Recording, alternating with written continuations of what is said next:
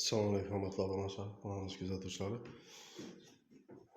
Bugünkü rolikimiz şu Leylink hakkında oladı. Şimdi Leylink'e yoluqtu. Bazardan satıp aldım. Lakin bunu esir vaxtında, sayız vaxtında çıkan Leylink ekan, Leningrad. Şunun görünüşünə 4 tomonda metkeleri var. Sifirleri. En kızık çayı, ben düşünmüyorum çayım.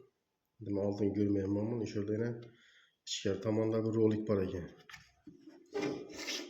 Bir de sirkuldan taşkarayın içker tamamda hiç çizik var. Öyle ekeni devrisi özü yürüdü.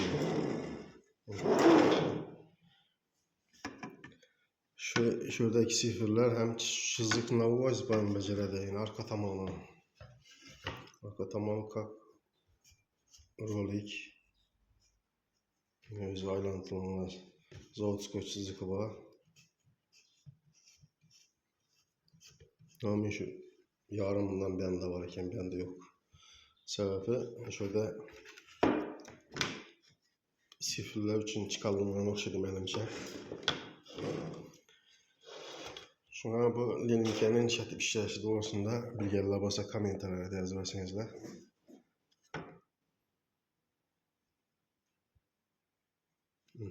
Şimdi görüşürüz.